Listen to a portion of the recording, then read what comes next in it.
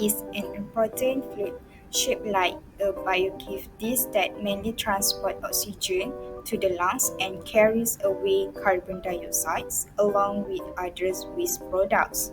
Aside from that, blood is also involved in formation of blood clots to stop blood loss that contains cells and antibodies for infection.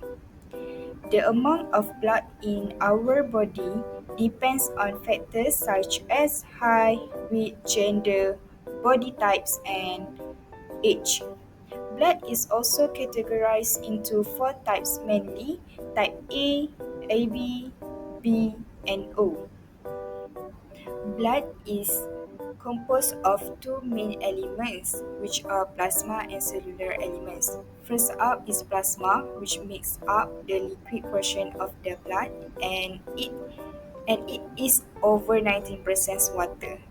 The water is available to maintain the normal stage of hydration of all tissues. Water, the single largest constituent of the body. It is important to the existence of every living cell. Being over 90% water, it is freely exchangeable with body cells and extracellular fluid. Next, we have three cellular elements. First is red blood cells or erythrocytes that function to transport oxygen. As mentioned, its shape is a small biocave disk to increase surface area so that the rate of oxygen diffusion is in H. Red blood cells have no nucleus, so it has more space for hemoglobin. Second, white blood cells or leukocytes that play a role in defense through production of antibodies and phagocytosis. Third, platelets. Platelets have no nucleus and it involved in blood clotting. Simply put, artificial blood is designed to be a substitute for our red blood cells, focusing on efficiently transporting oxygen and carbon dioxide. It's all about keeping us alive and well. When creating this medical marvel, safety is a top priority. Artificial blood must seamlessly integrate with our bodies, ensuring both effectiveness and a prolonged shelf life. Unlike donated blood, artificial blood can be stored for over a year or more. This is in contrast to natural blood, which can only be stored for 1 month before it breaks down. Meet perfluorocarbons or PFCs. They are like the superheroes of artificial blood, requiring low biological materials for production. Just a little hitch, they don't mix well with water, so we team them up with emulsifiers like lipids to get the job done. On the flip side, we have hemoglobin-based artificial blood or HbOC. It mimics our body's natural process by using isolated hemoglobin, which we get from donated blood that has expired before it is used, or synthetic hemoglobin from amino acids. Think of it as the friendly oxygen carrier, but we need to be mindful of hemoglobin stability, so no raw hemoglobin allowed. Let's explore the pros and cons that come with this cutting-edge technology. First up, the pros. Artificial blood boasts a remarkable shelf life, eliminating the need for refrigeration. Imagine a medical breakthrough that doesn't rely on cold storage, revolutionizing emergency situations and transportation of life-saving resources. Another incredible advantage is its universal compatibility. No longer do we face the challenges of blood type matching. This means quicker responses in emergencies, potentially saving countless lives. And perhaps one of the most significant advantages, artificial blood prevents the transmission of diseases. With traditional blood transfusions, there's always a risk, but artificial blood eliminates this concern, ensuring safer medical procedures. Now, let's address the cons. Unfortunately, the cost of producing artificial blood is a significant hurdle. The technology is cutting edge, but its affordability remains a challenge, limiting widespread accessibility. Moreover, artificial blood is not without its drawbacks. Some patients may experience side effects, raising concerns about its overall safety and tolerability. As we continue to refine this technology, addressing these side effects becomes crucial. Unlike natural blood, artificial blood lacks cells and antibodies. This limitation means it may not provide the same immune system benefits as real blood, potentially posing challenges in long-term treatments. Lastly, while artificial blood is a marvel, it doesn't carry as much oxygen as natural blood. This difference could impact its effectiveness in certain medical scenarios, prompting researchers to explore ways to enhance its oxygen carrying capacity. So let's take a look at the only blood substitute approved by the Food and Drug Administration, short form FDA, which is Flosol DA20. So the background for this product is that it is made by the Japanese. It is a perfluorocarbon-based blood substitute.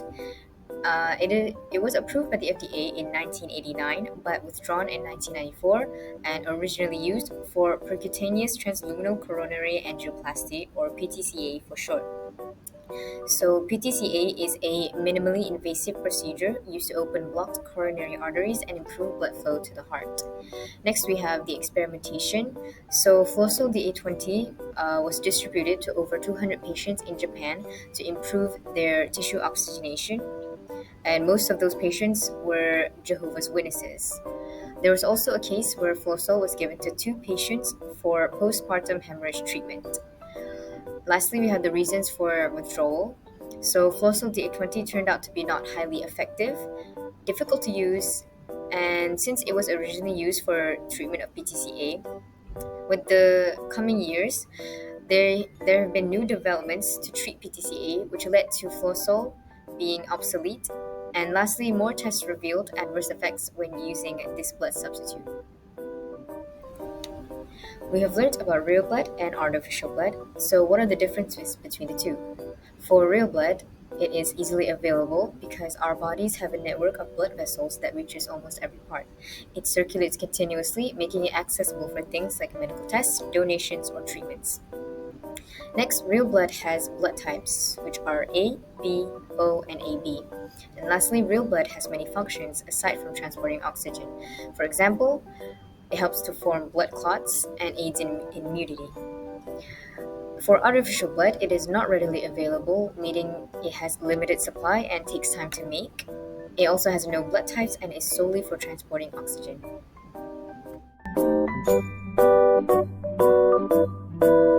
Hi, my name is Farah Zulaikha binti ROSSERI. Today I will be talking about types of blood diseases and the treatment. First, we have anemia. Anemia is the most common blood disorder. It happens when you do not have enough iron in your body. Iron deficiency is usually due to blood loss, but may occasionally be due to poor absorption of iron. Next is hemophilia.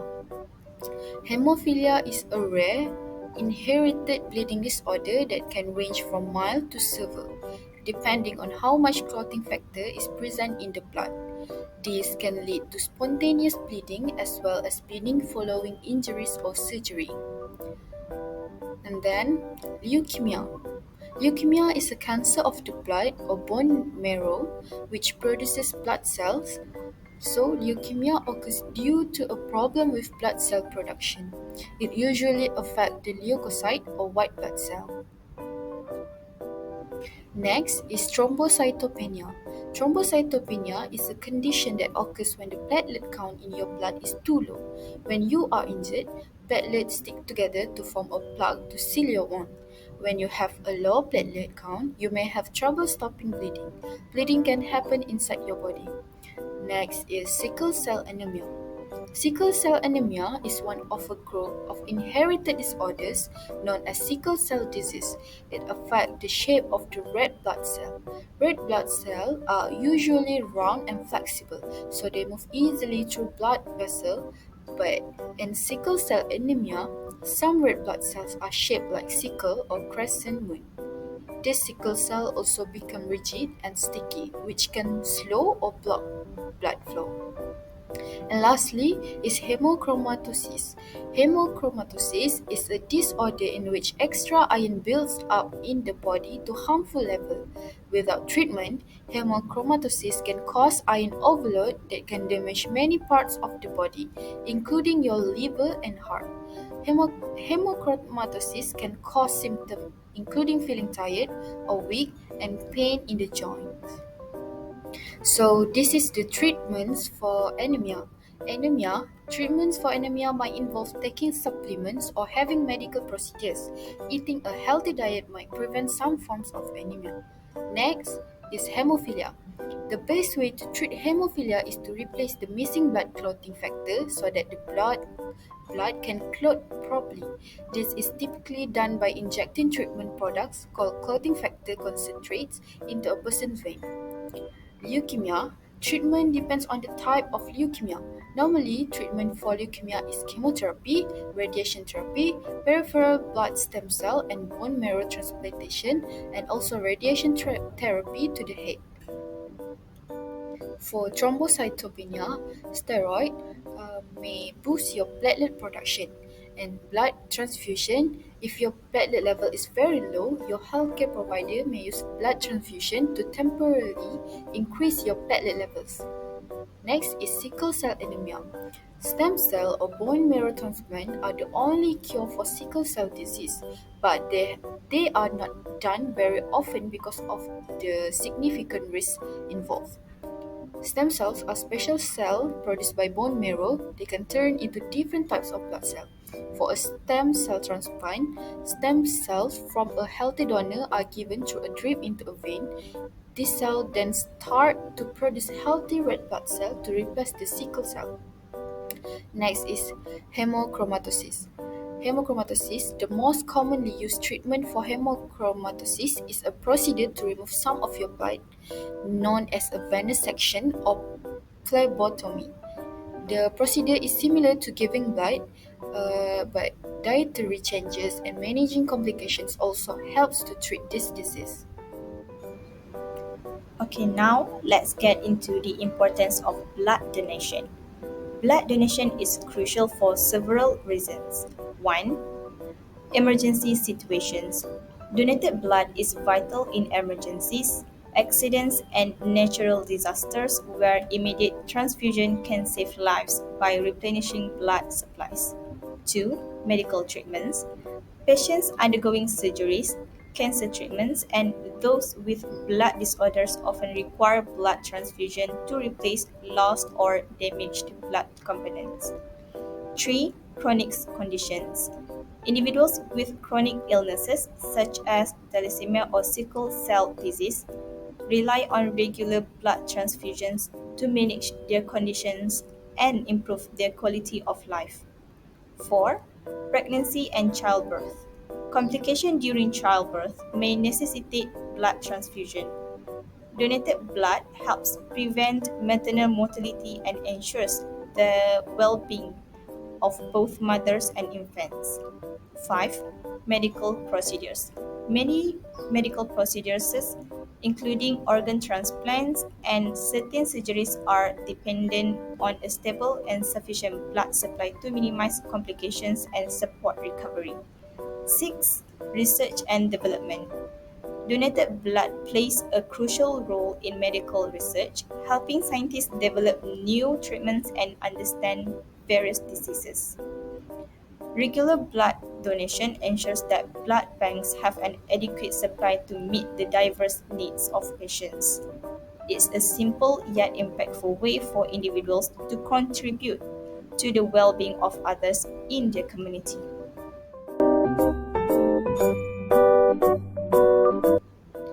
It can be concluded that The development and usage of artificial blood has its importance, but it is incredibly difficult to create. Despite its value, real blood remains superior in every way, mostly due to it being multifunctional. Furthermore, real blood proves to be far more effective and safer than artificial blood.